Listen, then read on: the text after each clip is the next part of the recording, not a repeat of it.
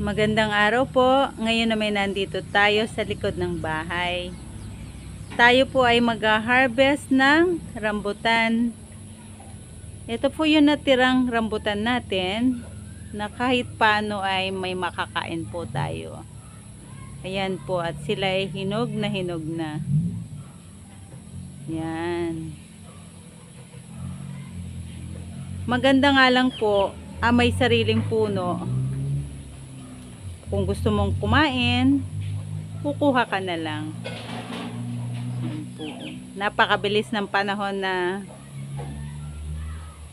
hindi ko isipin na ilang taon pa lang kami dito nagbungahan na talaga itong aming mga tanim at nakakain na namin ang prutas. Kasi nung time na kami umuwi, walang gaanong tanim. Niisip namin, kailan kaya bubunga yung mga tanim namin?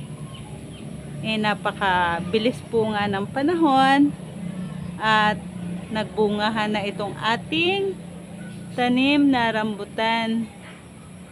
Ang masasabi ko po ay sobra po ang aming blessing.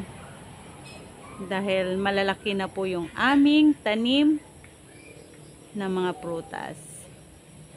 At napapakinabangon na po natin, nakakain na natin yung mga bunga. Sa susunod na mga taon, parami ng parami at palaki ng palaki ang ating mga tanim na iba't ibang prutas. Yan po. Sabi ko nga sa inyo, simula nung pandemic, tanim kami ng tanim. Mapag-grafting at hindi grafting. Para lang po mapuno yung taniman. Kasi nga po kami ay nabisi ng husto sa Manila sa pagtatrabaho. From Manila, tumira muna kami doon sa bahay namin sa Laguna. Yan po. Dahil ang mga bata po, simpleng pamumuhay din lang po namin sa Manila. Kaya sila ay hindi nahirapang mag-adjust dito sa probinsya. Yan po. Ang kagandahan nga lang po dito sa probinsya, puro mga fresh ang kinakain namin kasi libre na po ang mga prutas, hindi tulad ng dati na kami bumibili. Dati po ang bili ko nito, noong nasa Manila kami, 50 pesos per kilo. Ngayon po hindi kami bumibili at kumukuha na lang kami sa aming tanim.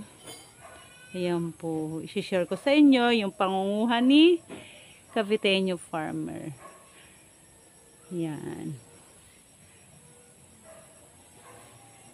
Yan po. Ayan. Kung hindi po nalagas yung ibang bunga nito, napakadami pong bunga. Natsyempohan po na late po ang bunga na rambutan namin. Kaya nung nagtag-ulan po at bumagyo, ay hindi pa masyadong matured ang bunga kaya nanlagas. At siya pangatlong taon pa lang po ang pagbunga. Kasi itong punong ito, 1 taon pa lang po napabunga na namin. Yan po. Yan. Tayo po ay may gate dito sa gilid, palabas doon sa kabilang taniman namin pailaya. Yung po sa kabila doon, puno na rin ng rambutan pero bago-bago pa lang nahihinog ang mga bunga. Yun po. Doon sa labas na yon, ilang rambutan din po. Hanggang doon sa ilaya, napakarami nga po. Kasi ang tanim po nating puno na rambutan ay masyadong marami. Yan. Dahil yan po ipaborito ng anak ko, kaya tuwan-tuwa po ako magtanim na rambutan. Lansones po, isang paborito niya. Kaya kahit po hindi kinakain, sabi ko nga sa inyo, yung marang at saka durian, nagtanim din kami na para lang masabing may puno kami ng durian kahit hindi kami kumakain ng durian.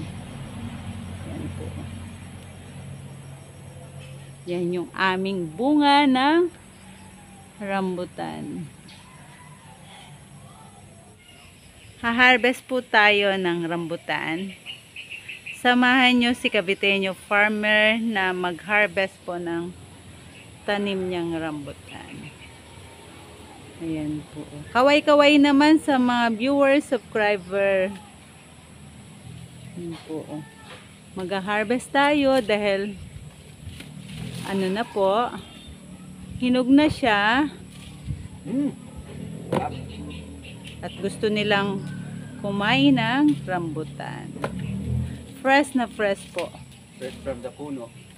From the garden. Dahil ito po ay nasa loob ng garden namin. Yun nga pong nasa kabilang side, yun po ay nagsisimula na rin mahinog. Lahat po ng tanim nating rambutan, may mga bunga. Hindi nga lang ganun karami dahil nalagas nga po. Dahil bata pa yung mga puno natin ng rambutan. Yan po. Dati doon sa likod maraming bunga.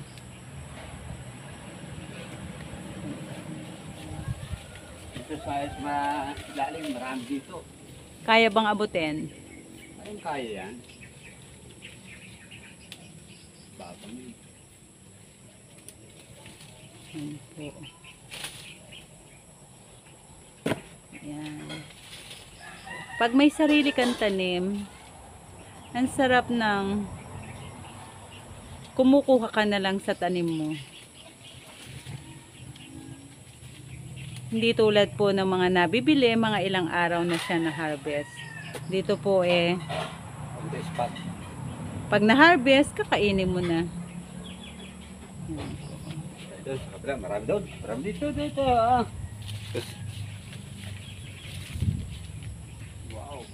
Wow. Ayan po. Nakakatuwang pagmasdan. Kung pwede lang siyang patagalin, parang ayaw mong harvest yan. Yan po. Napakadami pong bunga nito eh. Yan nga lang ang nangyari na yan. Kahit paano ay nabiyayaan pa rin tayo ng rambutan. Yan po. Ito paligid. Hindi mo ha? Lang. Yan o. Panghuhanin mo ng lahat yan para ano.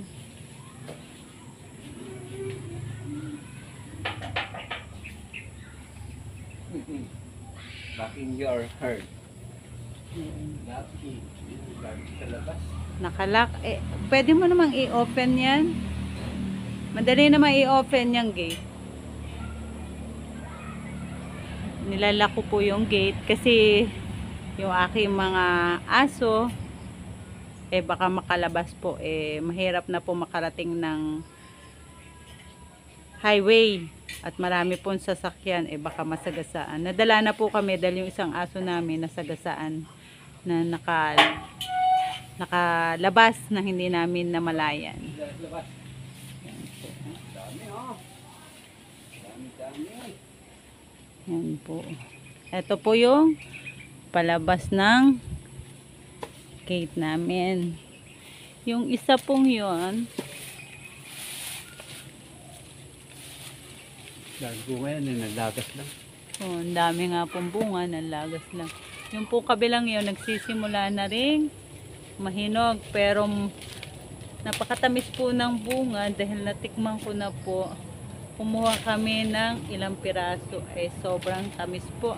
Kasi lahat po ng tanim namin, isa ang binila namin ng punla. Ito pong isang punong ito, Tagaytay po namin ito nabili. Kasi nung bago-bago pa lang po kami, doon kami bumili. Dito nga po namin tinanim sa loob ng garden.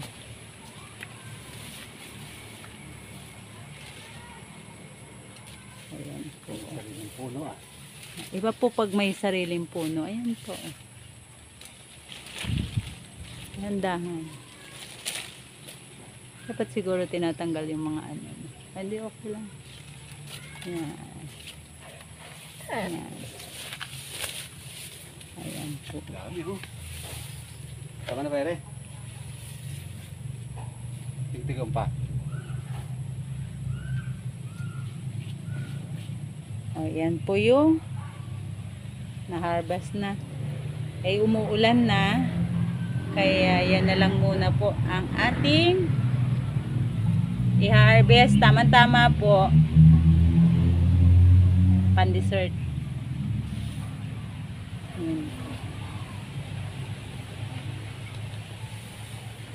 Sinerve lang po namin sa inyo itong pangunguha ng rambutan na sa katulad namin na nagtatanim. Tanim lang po tayo ng tanim. Hindi na natin isipin kung kailan siya bubunga. Mabilis lang naman pong bumunga ang mga grafting. Yan po. Yan.